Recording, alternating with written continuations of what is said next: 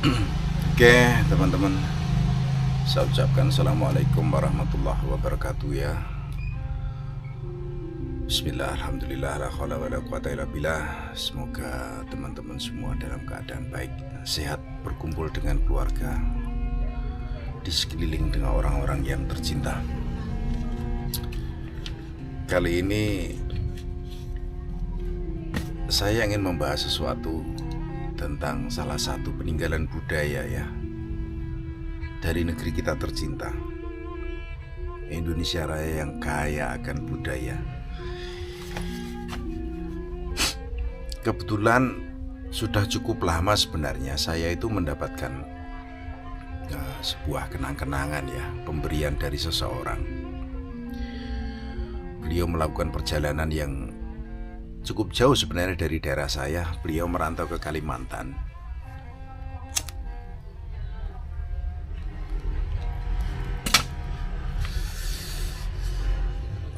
Berapa tahun persisnya saya kurang menanyakan ya. Cuma setelah beliau pulang dari sana, beliau membawa kenang-kenangan yang menurut beliau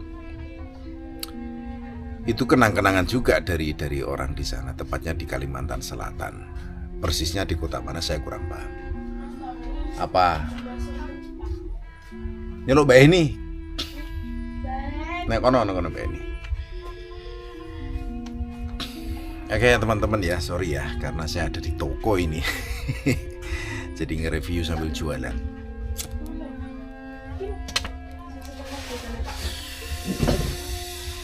Beliau mendapat kenang-kenangan juga dari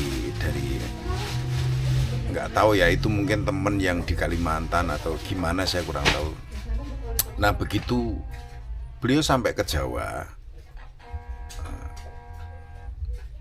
kebetulan waktu itu saya punya usaha bengkel ya, bengkel sepeda motor. Nah pas beliau datang itu untuk memperbaiki salah satu sepeda motornya, ngobrol. Nah beliau bercerita tentang pengalamannya di Kalimantan dan dia mendapatkan sesuatu. Dan beliau pun bercerita bahwa barang itu sudah berusaha diberikan kepada beberapa orang, namun nggak selang waktu lama barang itu juga dikembalikan. Nggak tahu alasnya seperti apa, dikembalikan ke teman atau orang yang saya kenal dari Kalimantan tersebut. Nah akhirnya beliau dengan sendirinya menawarkan, barangkali saya berminat untuk menerima barang tersebut. Nah akhirnya saya cobalah sampean bawa ke sini, barangkali saya seneng akan. Nah ternyata barang itu diambil dan ditunjukkan ke saya. Secara penampakan seperti ini barangnya teman-teman ya. Nah, secara penampakan seperti ini, kecil sebenarnya ini nih. Nah, satu genggaman saja. Kecil. Ini secara penampakan luarnya seperti ini.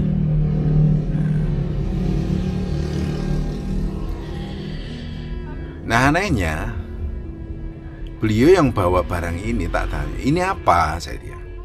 Beliau juga nggak tahu ini benda apa, beliau nggak tahu. Ya ini senjata aja gitu aja. Tapi spesifik namanya beliau nggak tahu. Cuma beliau bercerita ini dari Kalimantan Selatan katanya. Persisnya saya nggak tahu.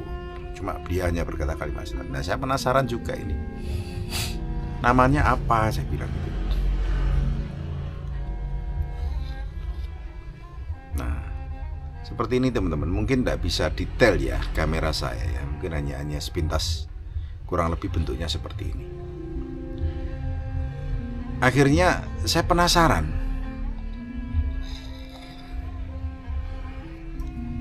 Terus ini namanya apa, saya bilang gitu. Saya browsing. Ini mirip badik sih, badik yang ada di Makassar kayak itu, tapi nggak sama bentuknya, nggak sama. Dan asal daerahnya pun berbeda teman-teman.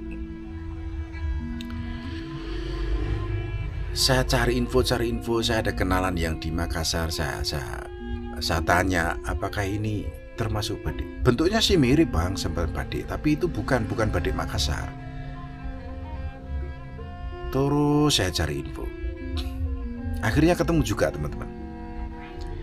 Ternyata ini adalah salah satu senjata khas dari Kalimantan Selatan.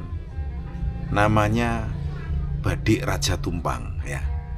Badik Raja Tumpang, kurang lebih seperti itu. Mau koreksi kalau salah ya. Itu yang saya dapat informasi seperti itu, Badik Raja Tumpang. Kalau dari bentuknya, ini sih prosesnya seperti tempalipat ya, semacam kayak pusaka keris dan sebagainya. Itu prosesnya seperti itu, macam tempalipat, bukan kayak pisau yang dibikin golo atau sabit atau semacamnya. Enggak, ini besinya teksturnya ini tempalipat. Jadi di sini itu berserat ya, besinya itu berserat.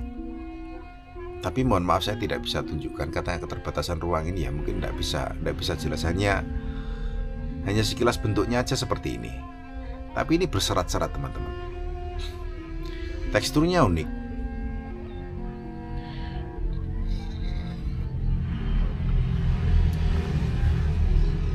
Sudah cukup lama sih ini saya simpan. Lebih karo 5 tahun aja. Ya seperti biasa yang namanya benda-benda peninggalan dari leluhur ya, tidak terkecuali ini ya, meskipun ini dari Kalimantan. Yang namanya besi itu kan pasti butuh perawatan. Artinya sebagus apapun kualitas tempalipat sebuah pusaka, karena dia berbahan dasar dari logam ya, yang pasti rentan akan karatan. Artinya barang-barang seperti ini tentu perlu perawatan. Pertama, jangan sampai barang-barang seperti ini tuh karatan. Ya salah satu caranya ya kita bersihkan. Cara membersihkannya banyak sih, ada macam-macam. Kebetulan saya memang membersihkannya sendiri ya teman-teman. Paling mudah itu saya pakai air kelapa. Memang agak lama prosesnya kalau pakai air kelapa.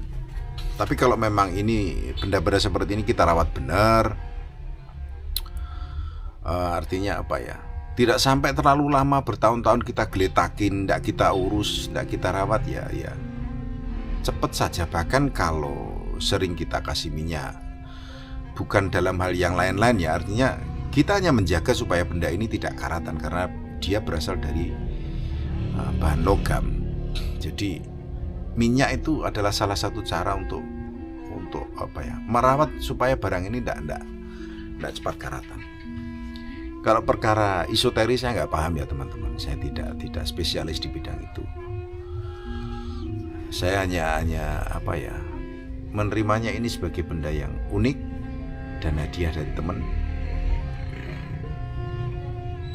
Selama ini kondisi bersih ya sudah saya taruh gitu aja.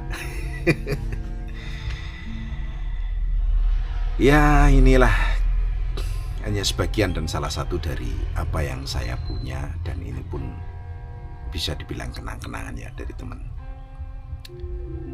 Dan alhamdulillah sampai saat ini masih bisa berada di tangan saya, dan alhamdulillah juga masih bisa terawat dengan baik. Barangkali kalian juga yang menonton video ini ada beberapa yang mempunyai semacam koleksi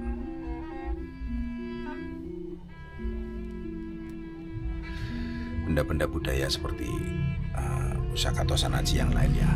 Silahkan komen-komen di bawah, kita sharing-sharing, kita ngobrol-ngobrol, tukar pengalaman. Tidak ada yang hebat di sini. Kita bisa bertukar ilmu. Siapa tahu ada yang ada kecocokan dengan kita nanti. Oke teman-teman, terima kasih, saya akhiri video ini. Assalamualaikum warahmatullahi wabarakatuh.